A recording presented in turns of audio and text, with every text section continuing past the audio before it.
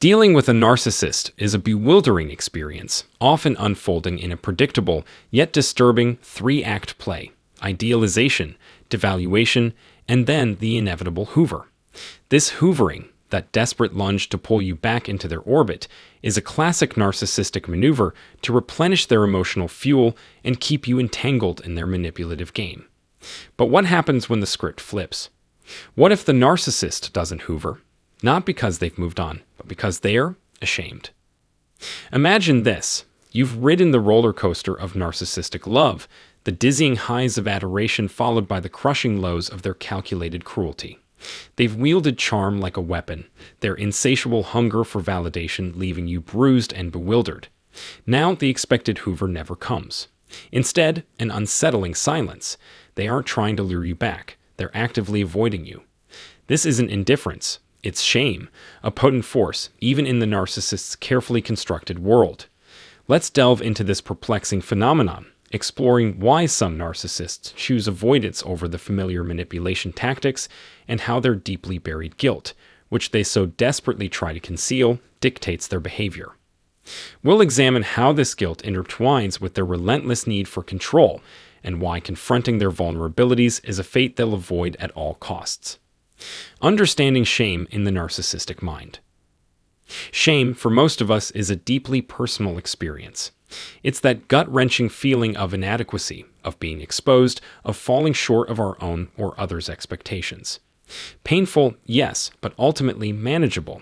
For a narcissist, however, shame is something else entirely. It's not just a fleeting emotion. It's a constant, lurking threat to their fragile sense of self. It's a deeply ingrained vulnerability they fight tooth and nail to keep hidden. Narcissists construct elaborate facades of arrogance, vanity, and a manufactured sense of superiority to mask this underlying shame. They meticulously curate an image of perfection, desperately clinging to the illusion of being flawless and untouchable. Admitting weakness, acknowledging imperfection. That's their worst nightmare, a direct assault on the carefully crafted identity they've built. They deploy an arsenal of defense mechanisms: denial, projection, deflection, to dodge any hint of embarrassment. They'll blame others for their mistakes, paint themselves as victims, or distract you with dazzling displays of bravado. Anything to avoid facing their own limitations. But this charade can't last forever. Eventually, the carefully constructed walls begin to crumble. When the narcissist is forced to confront the consequences of their actions, like losing their grip on you, that hidden inner turmoil, that gnawing shame begins to surface. The shame-driven decision to not hoover. Narcissists are addicted to external validation. They need that constant flow of admiration and attention to prop up their shaky self-esteem. When you pull away, when you stop supplying that vital narcissistic fuel, they're left feeling empty, adrift, utterly lost. Normally, this sense of loss would trigger the Hoover. They'd pull out all the stops to win you back, to restore their bruised ego. But shame complicates this equation. The narcissist might find themselves paralyzed by the fear of rejection, the terror of appearing weak or flawed. This fear of being rejected can be even more powerful than their desire to regain control. They'd rather avoid the possibility of failure altogether than risk the pain of being rejected. This creates a torturous internal conflict. Part of them craves your validation, but the overwhelming fear of shame and rejection keeps them from reaching out. The result: they retreat, they withdraw, they bury themselves deep within their own defenses, avoiding any confrontation with their own vulnerabilities. The confusion from the outside. From your perspective, this avoidance can be incredibly confusing. You might expect the dramatic Hoover, the desperate pleas, the hollow promises, the manipulative guilt trips. Instead, you get silence. This isn't because they don't care. Quite the opposite. They're obsessed with maintaining the illusion of power and control. They can't bear the thought of failure. The idea of you rejecting them is a devastating blow to their inflated sense of self. For the narcissist, maintaining this facade of perfection is paramount.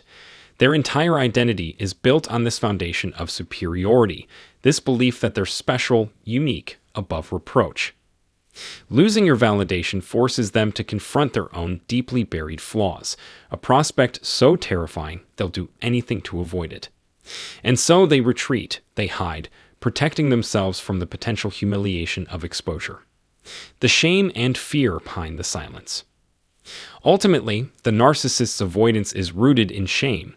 It's that deep-seated feeling of inadequacy, that nagging sense that they're not as perfect, as invulnerable, as they desperately want to believe. They don't hoover because the emotional pain of potential rejection is far greater than the desire for reconciliation. If they reached out and you ignored them, showed indifference, or outright rejected them, it would shatter their carefully constructed illusion of control. It would force them to confront the very insecurities they've spent a lifetime running from, a confrontation they're simply not equipped to handle. Why do narcissists sometimes choose the unsettling quiet of avoidance over the dramatic return of a Hoover? It's not disinterest, but a deeply ingrained, fear-driven defense mechanism. They'd rather sacrifice the narcissistic supply they crave than risk the agonizing shame of being exposed as imperfect as human. Their avoidance becomes a shield, protecting their fragile sense of superiority, even at the cost of losing you.